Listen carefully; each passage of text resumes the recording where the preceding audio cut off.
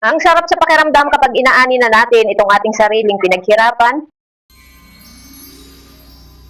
Magandang araw, another day, another mini vlog. Ang video na ito mga mare ay kahapon pa nangyari at ngayon ko nga lang ito mai-edit. Bali din nga mga mare ay naglilinis pa rin ako nitong pagtataniman ko nga ng kuko. Kahit medyo masama mga mare ang pakiramdam ay talaga namang sisikapin ko na makapag-update pa rin sa aking pag-upload. Habang nagvo-voice over nga ako mga mare ay napakalakas nga ng hangin kaya naman ay gumamit na nga ako nitong aking mic. Kapag hindi ako gagamit ng wireless microphone mga mare ay talaga namang napakaingay nga nung hangin. Dahil sa mga oras na ito mga mare ay talaga namang signal number 3 na nga dito sa aming lugar. Nakakalungkot isipin mga mare dahil hindi nga namin alam kung ano nga nangyayari doon sa aming tanim na sitaw. Pero nagpapasalamat pa rin nga ako mga mare kay Lord dahil alam namin na ganito nga lang ang mangyayari dito sa amin. Hindi gaya sa ibang lugar talaga mga mare na pati nga buhay ay talaga namang kinuha. Sa ngayon ay wala akong ibang hiling sa itaas mga mare kundi nga ay kaligtasan ng mga taong mahal ko sa buhay. Yung mga tanim mga mare ay pwede nga nating ulitin yun para tayo ay makapag-ani nga ulit. Sabi nga lang ay pwede pa naman tayong bumawi mga mare sa mga susunod na pagtatanim. Basta lagi lang tayong maging positibo mga mare kahit ano nga ang mangyari. Yung malungkot tayo mga mare ay talaga namang normal lang yon pero huwag nga tayong mawawala ng pag-asa. Ang problema mga mare ay para lang din yung bagyo sa buhay natin. Dadaan lang yan at pagkalipas nga ay sisikat nga ulit ang liwanag at ang araw. Kaya naman kahit gaano kalakas ang hagupit nito sa atin ay huwag tayong mawawala ng pag-asa. Sa mga ganitong pagkakataon wala tayong ibang magagawa kundi ang magdasal. Wala tayong ibang karamay kundi si Lord at ang ating mga kapamilya. Anyway, bali sa video ito mga mare ay kahapon nga ito nangyari at kahapon din nga kami nag-harvest. Maraming salamat pa din dahil kahit papaano nga ay nakapag-harvest naman kami dito ng nasa 90 kilos. Kung hindi nga masisira ng bagyo mga mare, dapat nga bukas ay mag-harvest nga ulit kami. Parang sa tindi ng hangin ngayon mga mare ay parang wala na nga kaming maaani bukas. Pero nagpapasalamat pa rin nga ako mga mare sa itaas dahil bago nga mangyari ang ganitong bagyo ay talaga namang nakabawi na nga kami sa mga nagastos. Malaking tulong pa rin naman ito mga mare sa aming pang-araw-araw dahil dito nga lang kami kumukuha. Pero syempre wala naman tayong magagawa mga mare dahil sabi ko nga palagi ay hindi naman natin kontrolado ang panahon. Ganito lang naman talaga mga mare ang buhay ng magsasaka. Minsan nga ay nasa ibabaw, minsan ay nasa ilalim. Sabi nga lang nung iba mga mare, minsan ay paldo pero kalimitan ay talo. Bilang magsasaka mga mare ay talaga namang napakarami nga ng pinagdadaanan bago makapag-harvest. Kung hindi nga panahon ng ating kalaban ay talaga namang mga sakit nga ng ating halaman. Pero kahit ganun pa man ay wala nga tayong magagawa. Bali din nga mga mare sa pag-harvest ay tinulungan na nga ulit kami nung mag-asawa ni Ate Jacqueline. Bali din nga mga mare ay tinitimbang na nga lang lahat ni Mister dahil napilian na nga ito ni Ate. Kung kayo nga mga mare ay meron pa ring naririnig na ingay ay talaga namang pagpasensyahan nyo na nga at hangin nga iyo. Kahit hindi nga ako natutuwa dito mga mare sa aking wireless microphone ay talaga namang pinagtiyagaan ko na nga. Siyam na bandil nga mga mare ang aming na-harvest pero 8 nga lang itong aming ilalabas. Bali yung isang bandil nga mga mare ay nauna na nga namin na ilabas. Bahagi kasi mga mare ng isang bandil si Kuya Ricardo di Siena. Kaya naman 6 AM pa nga lang mga mare ay inilabas na nga iyon ni Mister. Aga nga daw niya mga maring kailangan kaya naman ay maaga din nga ni Mister inilabas. Bali pagkatapos nga namin mga maring magbandil ay ito at aking niligpit na nga yung mga gamit dito. Hindi ko kasi sigurado mga mare kung makakabalik nga kami sa hapon dahil masama nga ang pakiramdam ni Mister. Kaya naman sabi ko nga sa kanya mga mare ay dalhin na nga namin parehas itong aming alagang kalabaw. Hindi ko kasi mga mare kayang asikasuhin itong aming isang alaga dahil ito nga ay nagagalit sa akin. Kaya naman sabi ko nga sa kanya mga mare para naman kahit nga masama ang kanyang pakiramdam ay naandito nga lang sa malapit sa bahay. At grabe talaga, tingnan nyo naman mga mare ang aking hitsura nga dito. Nalubat na nga mga mare yung aking microphone kaya naman ito at talaga naman pagtyagaan nyo na nga na maingay. Nasa palengke na nga kami mga mare kaya naman ayan na talaga naman kanya-kanya na nga silang kuhaan. O siya hanggang dito na lang, bye!